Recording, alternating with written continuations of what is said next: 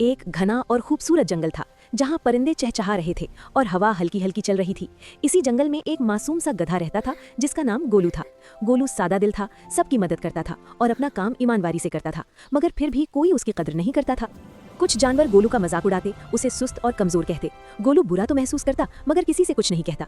एक दिन गोलू अकेला बैठा सोच रहा था कि क्या वो वाकई किसी काम का नहीं। उसके दिल में उदासी भर गई। अचानक जंगल में एक जोरदार धाड़ गूंजी। एक जालिम शेर आया जो सब जानवरों को डराने लगा और अपनी ताकत दिखाने लगा।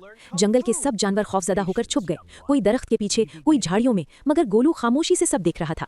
एक दाना कौवा दरख्त पर बैठा बोला, गोलू, ताकत जिस्म में नहीं हिम्मत दिल में होती है। ये बात गोलू के दिल को लग गई। गोलू ने फैसला किया कि अब वो खुद को कमजोर नहीं समझेगा। उसकी आंखों में एक नई उम्मीद नजर आने लगी। गोलू एक दाना कछुए के पास गया। कछुए ने उसे सब्र, तवाजुन और कंगफू की तरबियत दी। गोलू ने दिन रात मेहनत की। जब शेर दोबारा आया तो गोलू उसके सामने डट गया। अपनी अक्ल और कंगफू से उसने शेर को हैरान और शिकस्त दे दी।